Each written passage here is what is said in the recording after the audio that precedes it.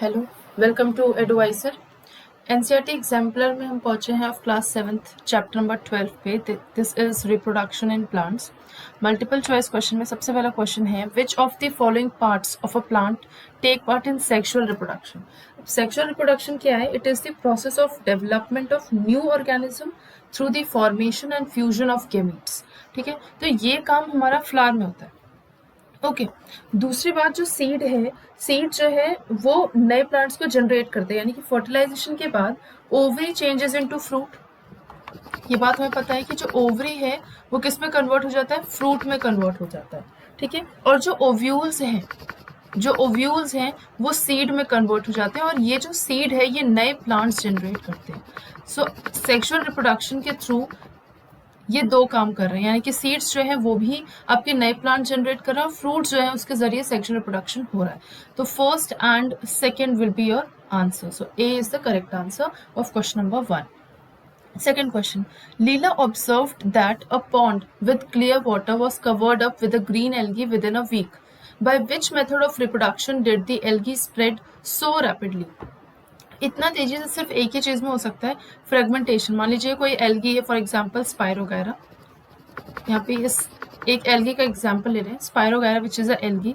अब ये स्पायरोगायरा जो है वो स्पायरल इसका होता है क्लोरोप्लास्ट। ठीक है, ये स्पायरोगायरा जो है फ्रेगमेंट्स हो गए, यानी कि ये इस तरीके से दो स्पायरोगायरा बन गए। अब ये जो है ये एक अलग ऑर्गेनिज्म बनाएगा और ये एक अलग ऑर्गेनिज्म बनाएगा। इस तरीके से बहुत ही कम समय में बहुत ज्यादा अमाउंट ऑफ एल्गी जो है वो बन जाएंगे। ठीक है, तो फ्रेगमेंटेशन इज द आंसर और is the method of reproduction by which algae spread so rapidly. Now, question number 3. Seeds of drumstick and maple are carried to long distances by the wind because they possess. क्योंकि जो drumstick, जैसे drumstick है, उसका seed इस तरीके से, seed ऐसे है तो इसके ऊपर इस तरीके से विंग्स प्रेजेंट होते हैं। ठीक है, तो ये जो विंग्स हैं वो ईज कर देते हैं इसको विंड में मूव करने के लिए। काफी ज्यादा लाइट होते हैं तो विंड से आराम से मूव कर जाते हैं। ठीक है, तो इनके ये जो विंग्ड सीड्स होते हैं, थ्रू देयर विंग्ड सीड्स ये आसानी से जो है लॉन्ग डिस्टेंस ट्रेवल कर पाते हैं by the wind. Large and hairy seeds नहीं, लॉन्ग एंड रिच्ड फ्रूट या स्पाइनी सीड। स्पाइनी सीड होता है ज़ैंथियम का, लार्ज एंड हेयरी सीड्स आपके मदार के होते हैं। ठीक है, ड्रमस्टिक और मैपल दोनों के ही काफी लाइट होता है और दूसरा जो है उसमें विंग्स प्रेजेंट होते हैं। Now question number 4. The eye of a potato plant is what? वो क्या है? The root is to any plant. The bud is to a flower. The bud is to a bryophyllum leaf. The anther is to a stegmen. इस to का मतलब होता है equal to. तो यहाँ पे जो पोटैटो का जो आई है वो इक्वल टू है ब्रायोफिलम लीफ का, क्योंकि जैसे इस पोटैटो है, पोटैटो में जो ये आई प्रेजेंट होता है, अगर हम इसको सॉइल में डाल दे मॉइस्ट कंडीशन में तो यहाँ से एक नया प्लांट जनरेट कर जाएगा। इसी तरीके से जो ब्रायोफिलम लीफ होता है उसमें इस तरीके से कटिंग्स होती है और यहाँ से जो एक नया प्लांट जनरेट कर जाता है अगर उसको हम सॉइल में डाल दें फेवरेबल कंडीशन में।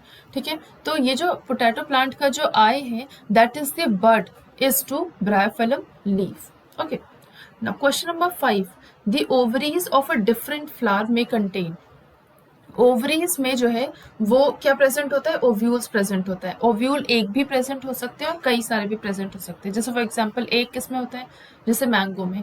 कई सारे ओव्यूल्स किस में होते हैं? जैसे पपाया, वाटरमेलन, मस्कमेलन, इन सब में। तो क्वेश्चन नंबर 5 का C is the correct answer. Question number 6.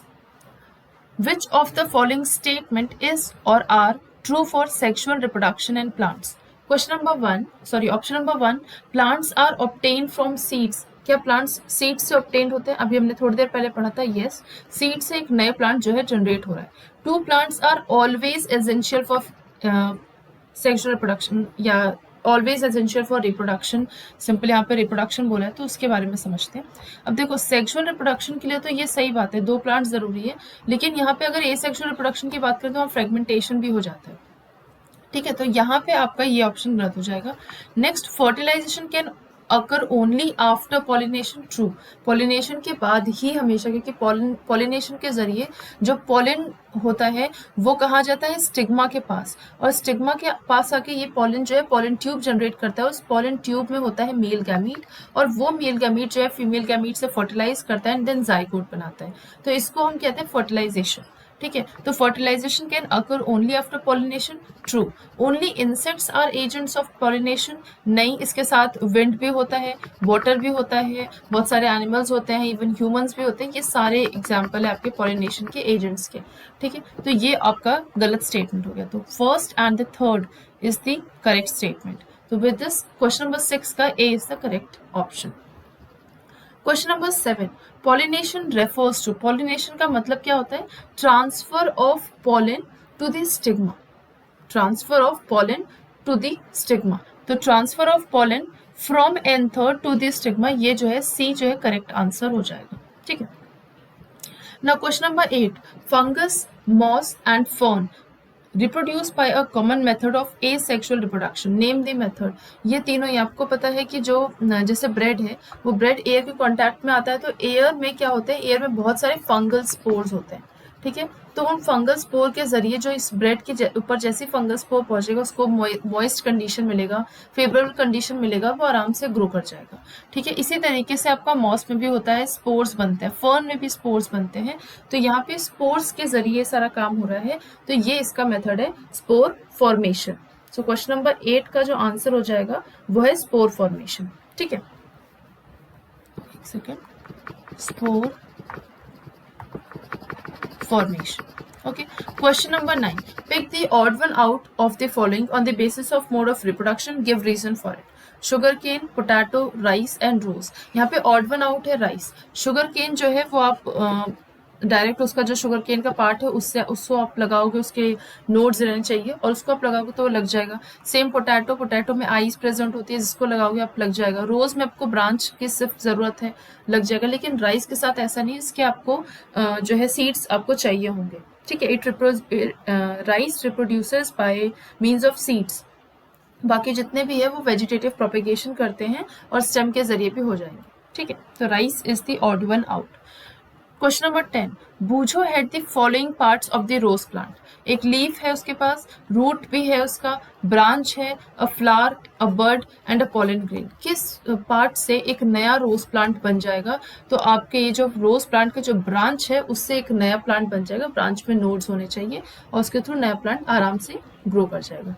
So question number 10 का आपका ब्रांच आंसर हो। Question number 11, which type of pollination does the flower 12.1, ये जो फिगर है ये इंडिकेट कर रहा है। तो देखिए ये सेम फ्लावर है, ठीक है, यानी फ्लावर एक ही है। उसी फ्लावर में ये क्या है, ये एंथर है और ये क्या है, ये स्टिग्मा है, स्टिग्मा। तो एंथर से क्या आया है, ये पॉलन ग्रेन। एंथर से क्या आया, पॉलन ग्रेन। तो ये कैसे आया, पॉलिनेशन के जरिए। कैसे आया, बाय पॉलिनेशन। अब यहाँ पे ये पॉलिनेशन कैसा है, एक ही सेम फ्लावर में सेम फ्लावर का जो एंथर है वो अपने ही फ्लावर के स्टिग्मा पे दे रहा है, यानी कि ये कैसा पॉलिनेशन है, सेल्फ पॉलिनेशन है, ठीक है। विच टाइप ऑफ पॉलिनेशन, तो यहाँ पे आंसर हो जाएगा self pollination. Question number 12, one morning as Paheli strolled in a garden, she noticed many small plants which were not there a week ago. She wondered where they had come from as nobody had planted them there. Explain the reason for the growth of these plants.